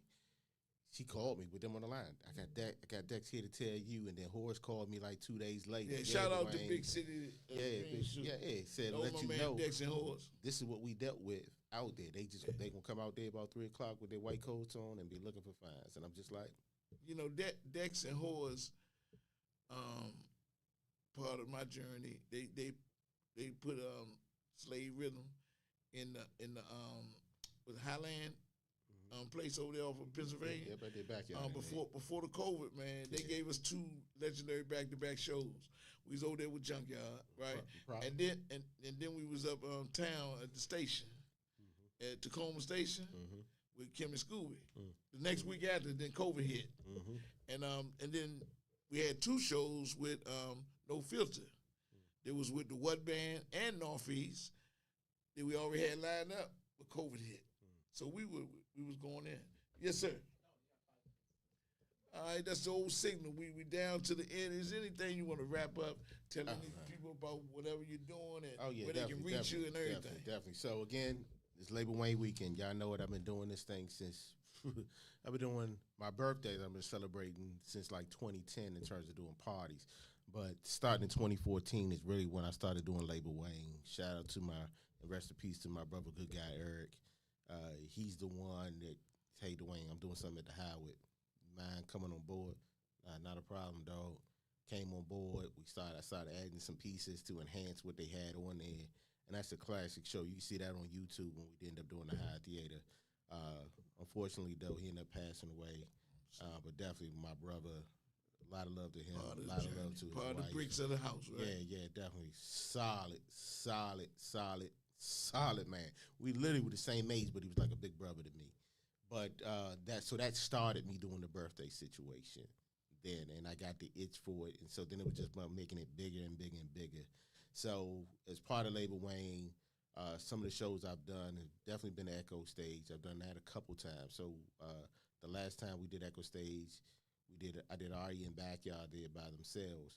But before that, I did the RE and Team Familiar show at the High Theater. That ended up happening on my birthday as well. This year is my Labor Wayne. So on that Sunday at the Charles County Fairground for 12 to 8, we got Earl All-Star Band kicking off the show, Kim Michelle Experience after that, DC Vibe after that, Northeast Groovers after that, and the Big Bad Red Essence to close the show. So that's will be 12 to 8 with DJ Frisco and my brother Billy the Kid. And then we're taking it to Throw Social that night from 10 to 3 a.m. with Backyard. My brother G, my fan Rasan, Monique, Capri Monique, DJ 808, doing that with Rod from TOB, got Takeover Entertainment. And Great my brother party. Rasan. That's a great party. Yeah, so that's what I got. Big stuff I go on the weekend, but it kicks off tomorrow. Backyard Restaurant 55 every Friday night with Backyard going on. Going to be a great party. We might have like 2 tables left. We go through the tables up there. So love my Backyard family. Shout out to my brother G. Like I said, literally was texting me. So we've got a nonprofit, Hugs Not Slugs, that's been put together. I'm on the board of directors with that one. So again, everybody knows how God. Okay, it's called Hugs Not Slugs. Yeah, Okay, Hugs Not all right. Slugs. So everybody knows about my brother in terms of what guns have done to those close to him within his household and his family. So for him saying, I got to make a difference in my community. So we're going back to his school, Cardoza, on September 11th. We're going to be doing something up there. It's going to be financial literacy as well as about stemming gun violence.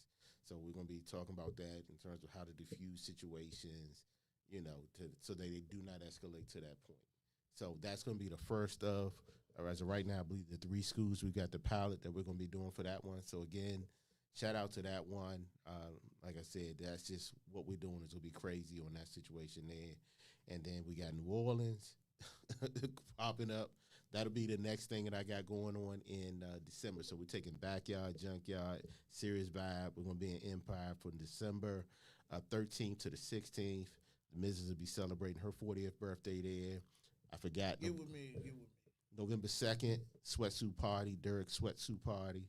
Everybody knows about that one. That sells out every single year. That's going to be at Throw Social. So got that Saturday, November 2nd. I got a bunch of backyard dates out there. And so, check out the page, DNT Entertainment. Where can they get you at? We get a close in? DNTentertainment.com. It's all on IG, DNT Entertainment, or Dwayne N, my name. You can find me there, or Dwayne Nutt on Facebook. So definitely, I got some major events. Oh, stay tuned. I got a Listen reunion in 2025 too. So. Oh, and you talk about Listen. That's my buddy. Was the manager of Listen. Ignatius Mason. That's my man. Man, we gonna thank Mr. Dwayne Nutt for coming out here, man. It's been special. I told you this is classic, man. Thank you. We're gonna reach across the aisles again. But we're gonna thank you for calling in. Gary Clark and my cousin, the NFL icon for us. My little cousin, my little big cousin, John Ledbetter for the Arizona Cardinals. And man, Nut, man, I can't thank you enough, man. Enough voices wouldn't do the job. So man, thank you for coming in. Thank you guys for viewing. Man, y'all need to run this back, man. It's some nuggets. This is nuggets, man. I'm gonna have to do this for the show. The whole show was a bell ringer. The whole show. That's why I ain't ringing through the show. The whole show was a bell ringer. It's a classic. Next month we right back here at the last Thursday at 7 o'clock sharp, and that's a wrap, man. Love you, Nut, man, and that's from the heart, man, because what comes from the heart reaches the heart. Man in the mirror, and we out.